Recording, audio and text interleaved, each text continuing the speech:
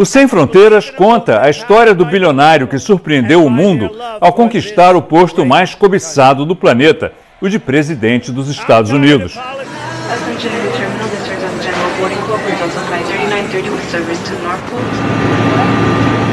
Para conhecer as raízes de Donald Trump, nós pegamos a estrada.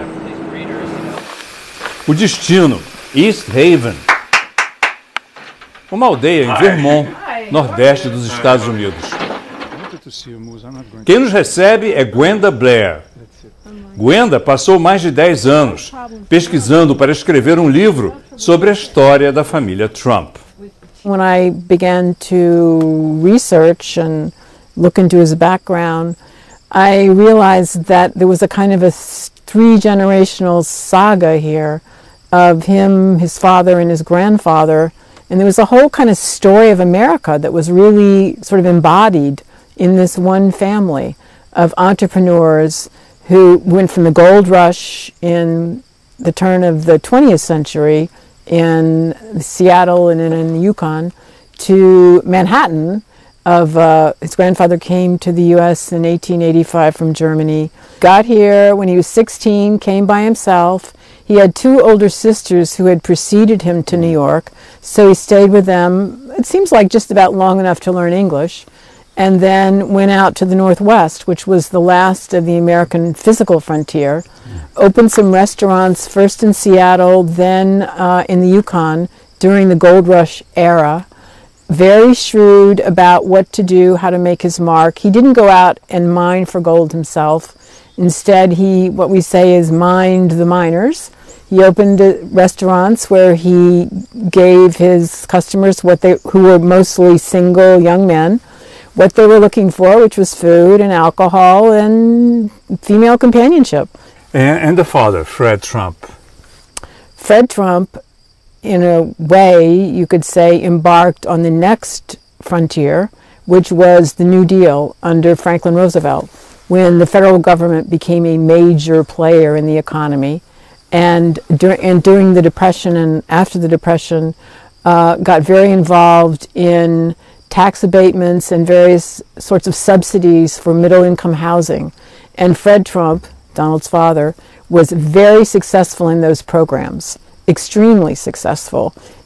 Every loophole there was, he marched through it and did very well. This Bernie guy selling Michael D'Antônio, autor de uma biografia de Donald Trump, também passou anos tentando entender esta figura, que para ele continua enigmática. Donald was raised with enormous wealth. He had servants in the home. Yeah. He delivered newspapers as a boy, and when it rained, the chauffeur took him around to deliver his newspapers. So he had everything that money could buy. But his father was absent most of the time. He was a man who got up before the children, and his wife arose in the morning and came home just for dinner, and then would retire to a study to work at home. And he worked Saturdays and Sundays, and he told his children, if you want to know me, come to work with me. Then he grew into a very bratty, difficult boy. And was he a bully at school? He was a terrible bully. And he not only bullied the other children, he tried to bully the teachers as well. So they would always be on the telephone calling Mr. Trump. Now, Mr. Trump was a trustee and a donor to this private school, and it was quite embarrassing for him to always be hearing from the teacher and the principal of the school that Donald was making trouble. So he was shipped to a military school. He went off to this academy, and as a child, he was 13 years old, was given a uniform and sent to a tiny room and said, this is where you'll live until you're 18 years old. A lot of kids would be homesick, not him. He loved it. He loved that it was, there were so many ways to compete. There were so many different things he could do. The cleanest room, the cleanest uniform, best at drilling, best at marching around the football field. Lots of athletic endeavors, and he was quite athletic. His coach told me that he was possibly the most coachable kid he ever had. And what he meant was, most kids, if you tell them what to do, maybe they listen, maybe they don't, maybe they pay attention, maybe they follow. he always listened and always did it because he wanted to win. And he did. Depois de sair da escola militar, em 1964, Trump se matricula na Fordham University, no Bronx, aqui em Nova York. Passados 2 anos, ele pede transferência para uma das mais renomadas escolas de negócios do país, a Wharton School of Business, na Universidade da Pensilvânia. He was not a distinguished student. I mean, he got through. He did like studying real estate. That was something that was useful. He's all about work. He's not about small talk. He's not about anything like that. He's only about making money and working. And so studying real estate, that made sense. Studying history, forget it. The other students in classes with him told me that it was like he would be up in front talking to the professor about doing deals, and they would just be sitting there. No final dos anos 60, antes mesmo de se formar, Trump já tinha começado a trabalhar nos negócios da família. Observava atento a forma como o pai negociava, ouvia conselhos. Ao perceber que os subsídios do governo tinham minguado para quem, como o pai dele tinha feito antes, investisse na construção de moradias populares, Trump resolveu investir em outro nicho, o luxo. When Donald came into Manhattan and did his first deal, it was to refurbish an old hotel, the Commodore Hotel, which was right next to Grand Central Station, which was basically the gateway to New York for train travelers. And the hotel had fallen on hard times. And it was part of the old style of wealthy New York on the east side, limestone, buildings with limestone facades, very simple, unadorned, genteel, not boasting about being wealthy. That was sort of looked down on as being very crass and vulgar. Donald wanted none of that. Instead, he put a shiny glass facade on the outside of this old building, made it absolutely stand out from everything else. It was kind of shocking, actually. And he did the same thing with his subsequent projects in New York. They didn't look anything like old-style, wealthy New York. They were new, they were shiny, they had lots of glass, lots of crystal chandeliers, lots of brass, lots of mirrors. And he was exactly right that there were enough people who were interested in that kind of housing, and he provided it. E assim, Trump foi pintando de dourado a Manhattan dos anos 80. O sobrenome Trump vira marca de sucesso, estampado na fachada de prédios, iates, aviões, e vira até um jogo de tabuleiro. Play Trump, the game from Milton Bradley. I think you'll like it. I've had 2.7, I've had much less, I've had much more. They're all over and the truth is, nobody knows but me and my accountant, because I'm a private company.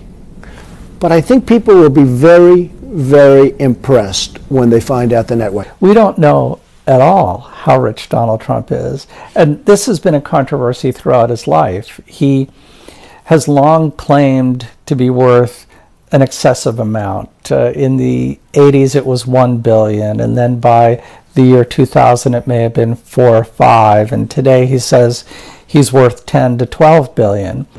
Now there have been investigations of his wealth, and these are very difficult to sustain because none of his businesses are publicly traded. He doesn't have to report to any authority the real facts of his business life. And I actually think this is why he doesn't want to release his tax returns. He's concerned that the public may find out that he's not as rich as he claims, or may find out that he's not charitable in the way that he says, or that he pays very little or maybe no income tax at all. Junto com o patrimônio, Trump também faria crescer a família. Da união com a ex-modelo tcheca Ivana Zelníková, nasceram Donald Trump Jr., Ivanka e Eric. No começo da década de 90, Trump faz uma jogada que lhe custaria caro. Inaugura o Taj Mahal, seu terceiro cassino em Atlantic City, Nova Jersey. Com 11 mil metros quadrados, o grandioso cassino era chamado por ele de oitava maravilha do mundo. The interesting thing there is that he wound up competing with himself. There was already a Trump casino in Atlantic City. It didn't require another one. And as a result, The flash of success was then followed by bankruptcy. There's this side of him, like the successful businessman, which is actually not true, right? He's not that. So his success is balanced by a great many failures. Yeah. So he's someone who's gone through billions of dollars worth of bankruptcies. 4 times he's had major companies walk away from their debt. Now, if you're a person in America who owns a home and you don't pay your bills, the bank can come and take your home and you're ruined. But if you're a business person and your corporation decides that it won't pay its bills, you may walk away unaffected by it. You'll be every bit as rich as you were when you started your company. But your investors. But your investors lose everything. In Donald's case, people who supplied his casinos with furniture and carpeting and painting services and food and other things lost money because he walked away from what he owed them. But Donald was fine. And what's ironic about this is that he suggests that this is a sign of his acumen, that he's a good businessman because he did this, that he cheated these people, but he walked away whole. No mesmo ano em que o Taj Mahal faliu, 1992, Trump se divorciou da primeira mulher, Ivana. Um ano mais tarde, se casou com outra loura, a atriz Marla Maples, mãe da 4ª filha dele, Tiffany. Marla, right here. What about the women in his life, like his first wife? So she was as competitive as he was, right? So, Indeed, she was Ivana, who was Czechoslovakian and a model and statuesque. Having a 6-foot-tall blonde next to him, well, that helps. So she certainly could fulfill that part of her, job description.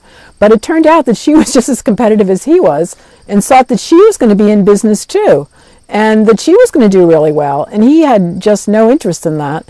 And in a way, it was like he married the wrong parent. He married the competitive person like his dad and not the kind of helpmate like his mother. So that eventually hit the wall, and he ended up with his second wife, very gorgeous, who was not competitive at all. E foi no glamouroso mundo das modelos que ele encontrou outra forma de investir, a organização de concursos de beleza. Mas ele estava longe de parar por aí.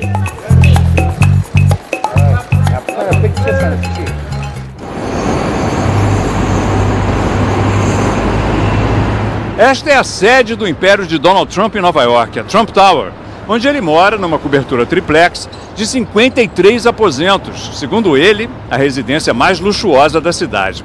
Depois de dominar as manchetes aqui durante 3 décadas, Trump se projetou como celebridade nos Estados Unidos e no mundo através de uma série de TV, um reality show, gravado todo aqui no prédio dele. Foi o salto de Donald Trump de figurinha carimbada de Nova York para marca registrada de alcance global. And I have to say, you're fired.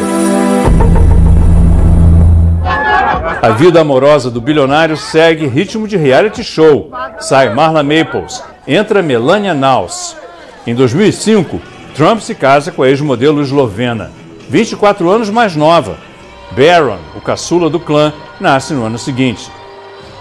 Now he's on his third wife, yet another model, also not competing with him for the spotlight, gorgeous, arm candy, standing next to him, contributes to the picture of him as the alpha male, the guy who's got everything, including this gorgeous babe wife, who's very good looking, wears very tiny clothes that show herself off to the best advantage, and is always either next to him or behind him, but never in front of him. Donald Trump. No mesmo ano do casamento, ele inaugura a Trump University, uma escola para ensinar negócios imobiliários. Pouco tempo depois, a universidade fecharia em meio a acusações de que, apesar do nome, a escola nunca havia sido homologada como instituição de ensino superior. He's a bad student. Às vésperas da campanha de reeleição de Barack Obama, Trump inicia outra polêmica. Passa a questionar a nacionalidade do presidente. He could have been born in Kenya. Could have been born, some people think, Indonesia. Why doesn't he show the birth certificate? Obama não perdeu a chance de fazer piada. But no one is happier, no one is prouder to put this birth certificate matter to rest than the Donald. And that's because he can finally get back to focusing on the issues that matter. Like, did we fake the moon landing? Trump, que cogitava concorrer à presidência naquele ano, desiste, mas não por muito tempo. I am officially running for President of the United States, and we are going to make our country great again.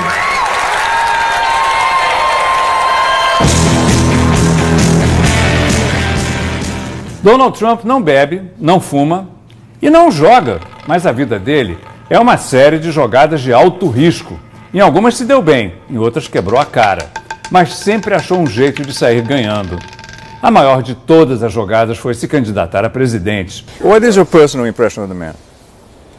Well, you know, my impression was different than the impression that he gives off. You know, he gives off a very pugnacious, angry, even hostile appearance and presentation, and I found him kind of like a pussycat, a man very eager to be liked, very works hard at being charming, really wants you to like him, and I actually did like him.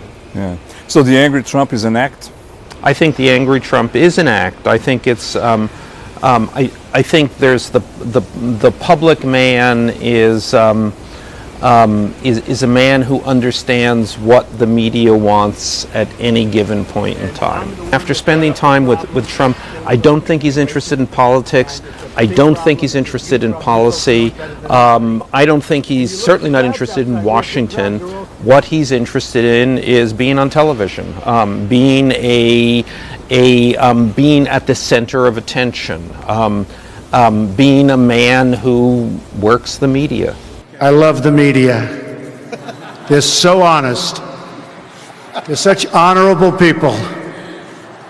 In what ways he became the people's billionaire? So somebody who is like a regular guy who has a lot of money. He doesn't seem like he belongs to fancy clubs and is on a museum board and has some sort of fabulous art collection. He comes across as a regular guy, and indeed, he really would rather be eating hamburgers and milkshakes and a big piece of chocolate cake. That is who he is. He does eat fast food. That's the guy he is. And he's been able to present himself as, indeed, the sort of the people's billionaire, not a Rockefeller, not a snob, somebody who's just like you if you just happen to get a bunch of money. There is in American politics a long history of anti-intellectualism, and so he's comfortable with this, and it actually is why he's comfortable saying things that seem racist, that seem misogynistic. He understands that there are Americans who are angry at equal rights for all people, especially white men who are less educated. That's his base of support. And these are the guys who don't like it that an African American became president. They don't like it that women are competing for jobs in their professions. They wish that things were back the way they were in the 1960s when they had every advantage. And so Donald understands this and he plays to it. And that's how he became the nominee. He understood how to exploit those feelings. These are people who work hard but no longer have a voice. I am your voice. Na corrida pela nomeação como candidato republicano à presidência, Donald Trump precisou derrotar 16 concorrentes. E mesmo assim, está longe de ser unanimidade dentro do partido. Do final da década de 80 para cá, Trump mudou 5 vezes de partido.